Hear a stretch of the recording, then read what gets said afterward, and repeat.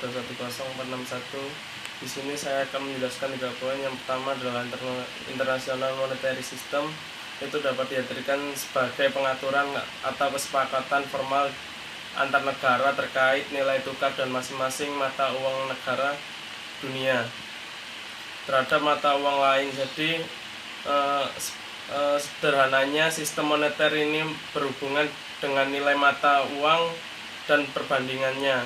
Di dalam sistem moneter internasional tersebut terdapat ketentuan-ketentuan yang mengatur cara-cara atau metode pembayaran yang dapat diterima antar pembeli dan penjual dalam suatu negara. Namun ketentuan-ketentuan ini harus disepakati oleh para anggota atau negara staf bank sentralnya. Dan yang kedua adalah IMF.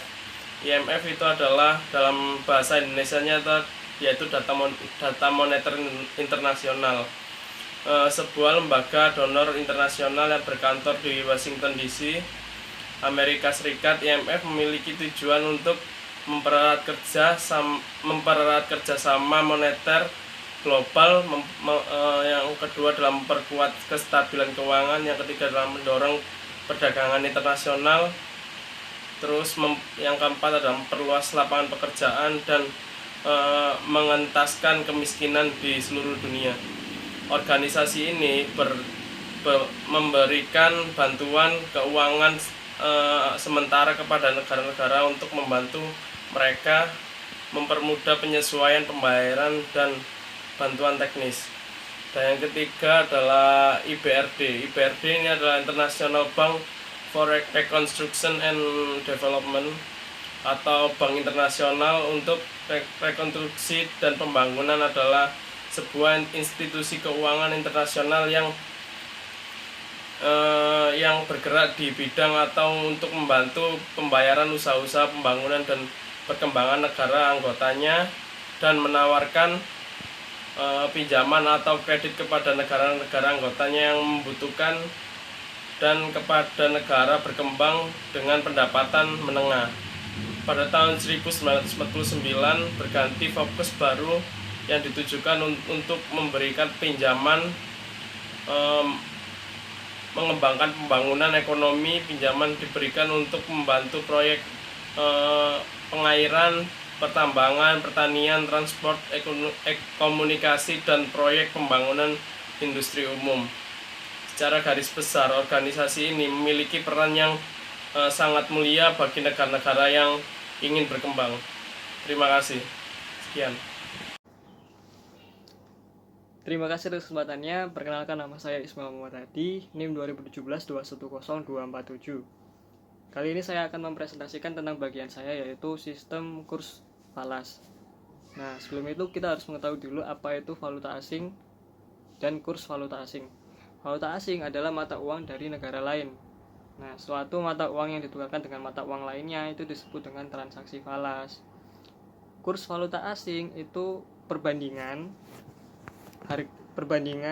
nilai atau harga antara mata uang asing yang dinyatakan atau ditukarkan dengan nilai mata uang dalam negeri. Nah, sekarang bisa kita lihat di presentasinya, ada 3 jenis sistem penetapan kurs falas. Yang pertama yaitu fixed exchange rate system, yang kedua back exchange rate system, dan yang terakhir floating exchange rate system. Nah, selanjutnya saya akan membahas tentang fixed exchange rate system. Di sini berdasarkan artikel of agreement tentang IMF, telah ditetapkan suatu sistem moneter internasional dengan beberapa ketentuan pokok sebagai berikut. Sistem moneter internasional didasarkan kepada standar emas dengan pengertian bahwa setiap mata uang negara anggota IMF itu dikaitkan dan dikonvertibel dengan emas. Yang kedua, sistem nilai tukar atau foreign exchange rate-nya antara negara anggota IMF harus tetap stabil. Yang ketiga, kurs nilai tukar hanya boleh berfluktuasi atau bervariasi antara 1-2,5% di atas atau di bawah kurs resmi. Yang keempat, setiap negara anggota IMF pada prinsipnya dilarang menggunakan kebijakan devaluasi. Terima kasih. Selanjutnya akan dilanjutkan oleh rekan saya. Assalamualaikum warahmatullahi wabarakatuh. Terima kasih atas kesempatannya. Perkenalkan, nama saya Novi Ramawati dengan NIM 2017-1010781. Di sini saya akan melanjutkan presentasi dari rekan saya. Floating exchange rate atau sistem kurs mengambang merupakan sistem nilai tukar mata uang asing yang nilai tukarnya ditentukan melalui mekanisme permintaan dan penawaran pada bursa falas. Sistem kurs ini memiliki dua karakteristik, yaitu sistem kurs mengambang secara murni dan sistem kurs mengambang terkendali. Sistem kurs mengambang secara murni atau freely floating system, yaitu penentuan kurs falas di bursa falas terjadi tanpa campur tangan pemerintah. Beberapa faktor yang mempengaruhi kurs seperti tingkat inflasi, pertumbuhan ekonomi, tingkat bunga akan digunakan oleh pasar untuk mengevaluasi kurs mata uang suatu negara tersebut. Yang kedua, sistem kurs mengambang terkendali atau managed float system, yaitu penentuan kurs falas di bursa falas terjadi dengan campur tangan pemerintah yang mempengaruhi permintaan dan penawaran falas. Pemerintah mempengaruhi kekuatan pasar dengan kebijakannya seperti moneter, fiskal, dan perdagangan luar negeri. Beberapa bank sentral turut campur tangan dengan intervensi langsung maupun tidak untuk mempengaruhi kekuatan pasar, sehingga kurs berada pada kisaran yang positif terhadap perekonomian negara. Kelebihan kurs ini adalah kurs akan berubah dengan cepat sesuai dengan perubahan kondisi ekonomi, sehingga mencerminkan nilai yang wajar atau sesungguhnya dari perekonomian suatu negara. Kelemahan dari sistem ini adalah kurs akan berubah secara bebas sesuai dengan kekuatan pasar yang pada akhirnya dapat menyulitkan pemerintah maupun pelaku ekonomi yang lain dalam menentukan usahanya.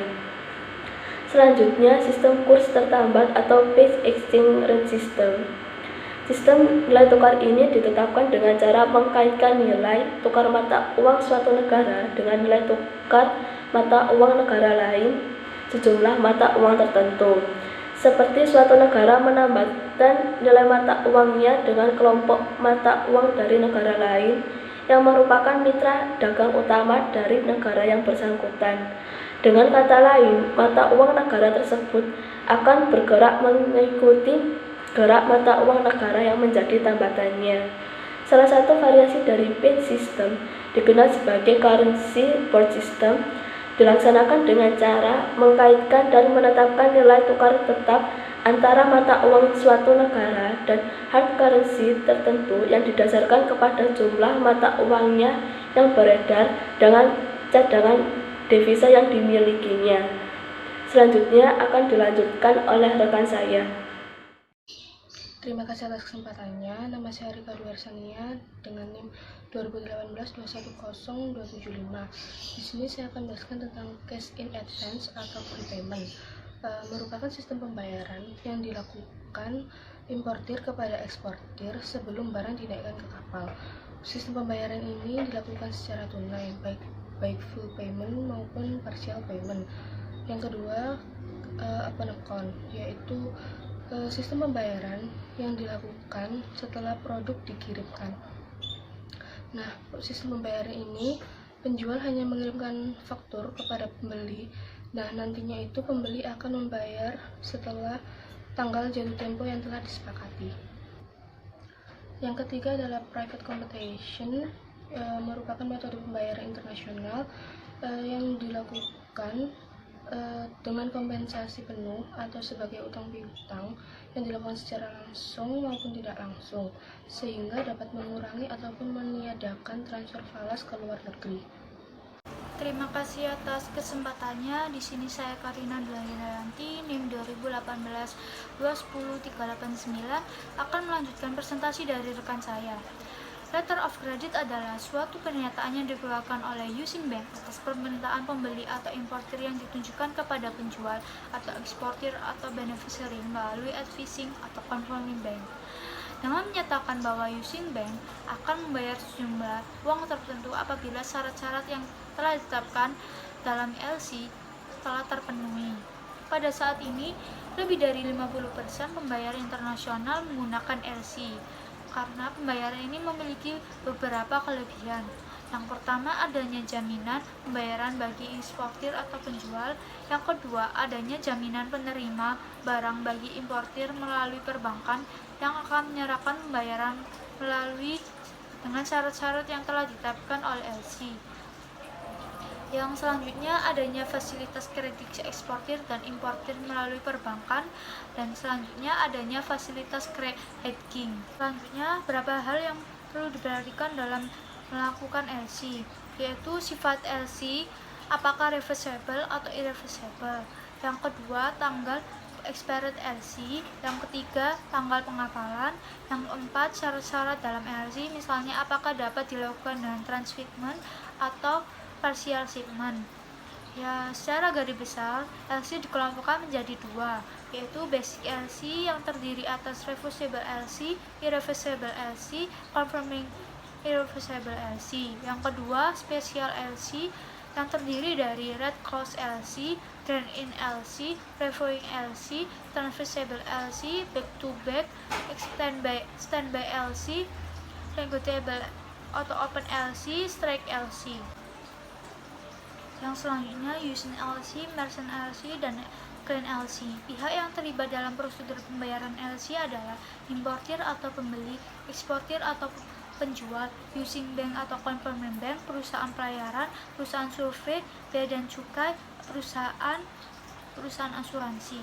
Draft atau wesel. Draft atau wesel adalah suatu surat perintah tertulis dari seorang eksportir yang ditujukan kepada importir atau agennya untuk melakukan pembayaran sejumlah tertentu dengan pada jangka waktu tertentu dengan tanggal waktu tertentu kepada pihak yang ditunjukkan atau pemegang atau pembawa draft tersebut.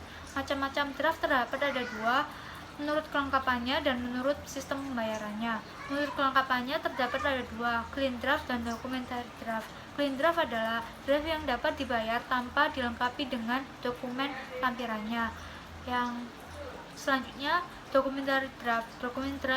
Documentary draft adalah draft yang harus dilengkapi dengan dokumen-dokumen lampiran seperti bill of lading, packing list, faktur, certificate of inspection, certificate of insurance. Yang selanjutnya, menurut sistem pembayarannya. Menurut sistem pembayarannya terbagi menjadi dua, sick draft dan dead type atau time draft. Sick draft adalah draft yang dibayar saat diperlihatkan. Yang selanjutnya, time draft adalah draft yang dibayar pada saat waktu tertentu yang telah ditetapkan. Selanjutnya adalah consignment atau konsinyasi. Sistem ini merupakan cara pembayaran internasional yang dilakukan importir kepada eksportir setelah barangnya diterima oleh pihak ketiga. Dengan ini, eksportir mempunyai risiko yang tinggi, sehingga lebih banyak digunakan oleh perusahaan afiliasi atau subsidinya dari perusahaan induk. Terima kasih.